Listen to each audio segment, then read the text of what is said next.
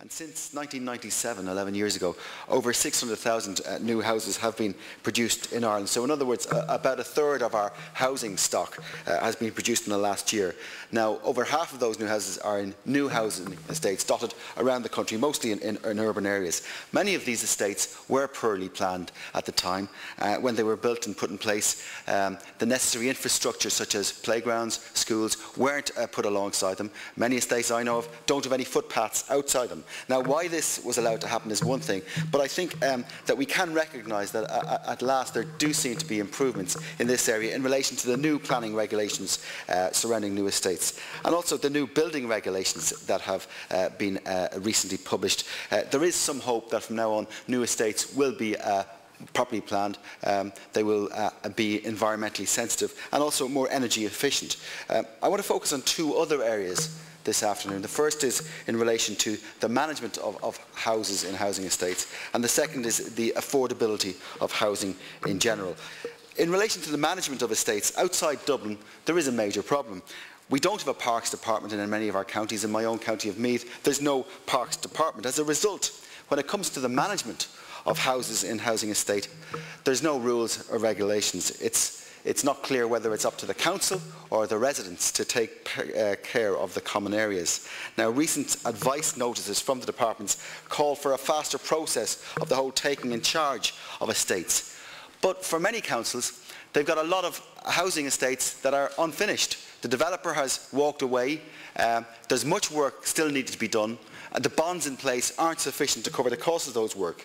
And it's one thing for the Minister to turn around and tell these local authorities that they should just take in charge the estates, but it's not clear where the additional money is going to come from. It has to come from somewhere. So I wonder if the Minister would be able to perhaps make a statement on how that will work in practice, because there are, in Meath alone, scores of housing estates that are trying to be taken in charge, where the residents are trying to get the council to take them in charge.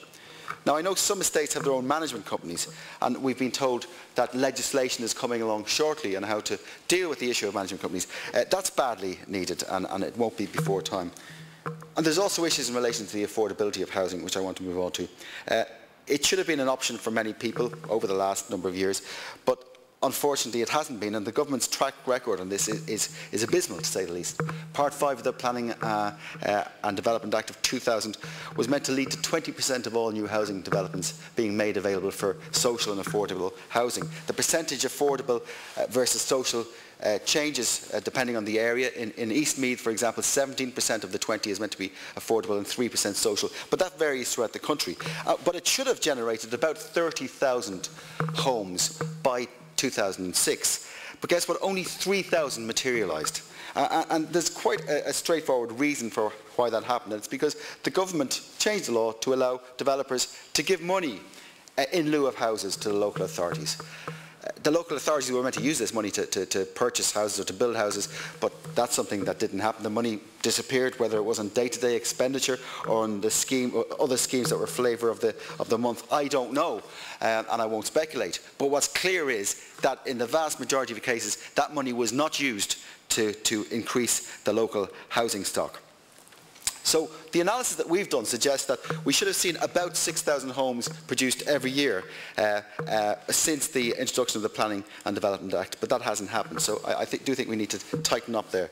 Something also of a concern is the social housing list, which is due to be updated later this year. And with the economic decline that we're experiencing at the moment, I think it's probable that that list will increase in size. But I see that as an opportunity to actually build more housing, in the process kickstart the construction industry. The last detailed publication from the department came out 3 years ago, and at that stage they were complimenting themselves on the fact that the housing list was only 40,000, a 10% decrease in the previous 3 years. But I'm not sure if that was actually cause for celebration, because it had gone up by 50% in the preceding 10 years, from 20,000 then to 40,000 now. And throughout the country that's creating problems. For instance, in Navan there's been an increase 6% in those 3 years. Drogheda Borough Council saw an increase of a third in just a 3-year period. So if we are going into a downturn in the economy, or an opportunity for savings, or whatever you'd like to call it, unemployment is going up and the cost of living is going up along with that.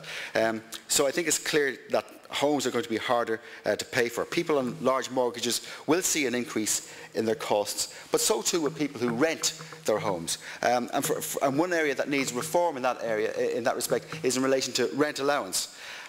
One question that arises is to whether the current system of rent allowance distorts the number of people actually seeking housing. Because anyone who ends up on job seekers allowance after becoming unemployed might seek a rent supplement to get them through the tough times. These numbers are very likely to increase. However, it's necessary for anybody seeking rent allowance to get onto the housing list first. So there is a worry that perhaps this might distort the numbers of people actually waiting for social housing. Almost 14,000 of the people on the housing list are receiving supplementary rent allowance. However, anyone who takes up full-time employment will immediately lose this benefit, regardless of how small their income is. So in many cases, it's more economic to actually stay out of the workplace, not take up the job, and to continue receiving rent allowance. So it can work as a disincentive to take up employment, almost like a poverty trap. So we think that the rent allowance system, for various reasons, is in need of real reform.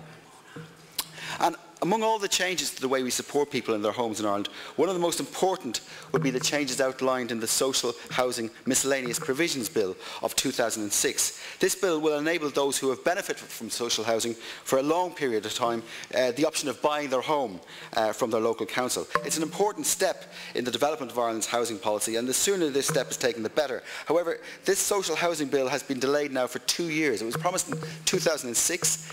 It didn't materialise in that year. It didn't appear in 2007. This year the Taoiseach promised it by the summer recess. That's in 2 days' time, and there's still no sign of the bill. So, Minister, I wonder if you could inform us as to when this bill is going to be published. So, in conclusion, Cathaoirleach, we have made some improvements in the planning and building regulations governing new housing developments, but we do need to do more, particularly in relation to the supply of affordable housing, the supply of social housing. I think the downturn in the construction industry could be helped along by investing more in building housing and in the process reducing the housing lists.